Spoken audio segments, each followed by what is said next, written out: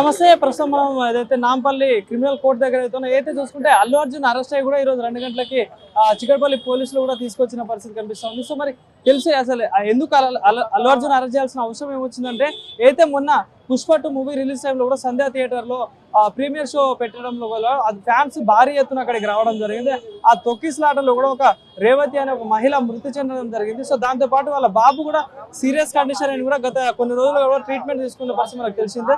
So ఈ నేపథ్యంలోనే కూడా ఈ రోజు తెలంగాణ పోలీస్ అయితే చిక్కడపల్లి పోలీస్ స్టేషన్ సంబంధించి కూడా పోలీసులు కూడా ఈరోజు అల్లు అర్జున్ ఇంటికి వెళ్ళి కూడా అరెస్ట్ చేసుకొని తీసుకొచ్చిన పరిస్థితి మనకు కనిపిస్తుంది. సో ఏది చూసుకుంటే ఆ అల్లు అర్జున్ ఇంటి లోపలికి వెళ్ళి కూడా అల్లు అర్జున్ అరెస్ట్ చేసుకొని కూడా తీసుకొచ్చిన పరిస్థితి. ఇప్పుడు ఈ రోజు ఏదైతే నాంపల్లి హైకోర్టు ఇక్కడ కోర్టులో కూడా భారీ ఎత్తున ఫ్యాన్స్ కానీ మీడియా కానీ అందరూ కూడా ఇక్కడ గ్యాదర్ అవ్వడం జరిగింది. సో తీవ్ర ఉద్రిక్తత పరిస్థితి ఇక్కడ కనిపిస్తా ఉంది. ఏది చూసుకుంటే పోలీసులు చిక్కడపల్లి పోలీస్ స్టేషన్ లో అరెస్ట్ చేసి కూడా గాంధీ హాస్పిటల్ తీసుకెళ్లి కూడా వైద్య పరీక్షలు కూడా చేశారు. సో వైద్య పరీక్షలు చేసిన అనంతరం కూడా ఇక్కడైతే నాంపల్లి క్రిమినల్ కోర్టుకి కూడా తీసుకొచ్చారు. సో నాంపల్లి క్రిమినల్ కోర్టుకి ఇక్కడ తీసుకొచ్చి కూడా విచారణ జరిపించారు. విచారణ గత 2-3 గంటలుగా సుదీర్ఘ విచారణ జరిపిన తర్వాత కూడా అయితే జడ్జికి అటు అల్లు అర్జున్ సంబంధించిన లాయర్లకు మధ్య కూడా అంటే విచారణ అయితే జరిగింది. సో ఆ విచారణలో భాగంగా కూడా అల్లు అర్జున్ కి 14 రోజుల రిమాండ్ విధించినట్టు కూడా మనకి తెలుసు, వార్త అయితే వినిపిస్తా ఉంది.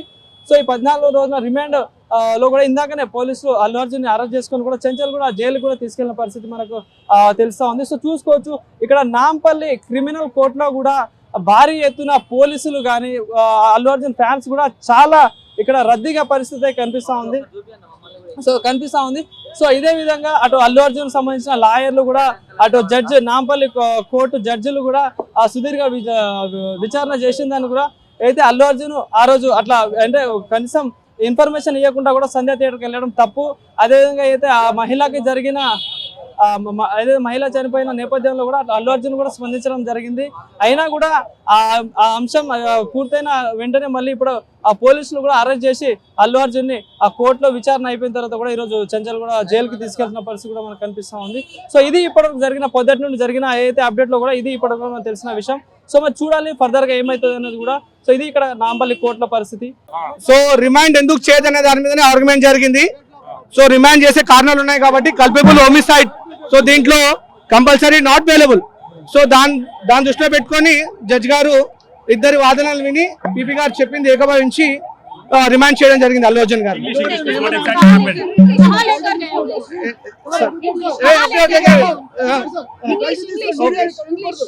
The judge had accepted the remand of Allu Arjun for 14 days. On culpable homicide, the judge had remanded hero Allu Arjun. On remand report. What was the argument?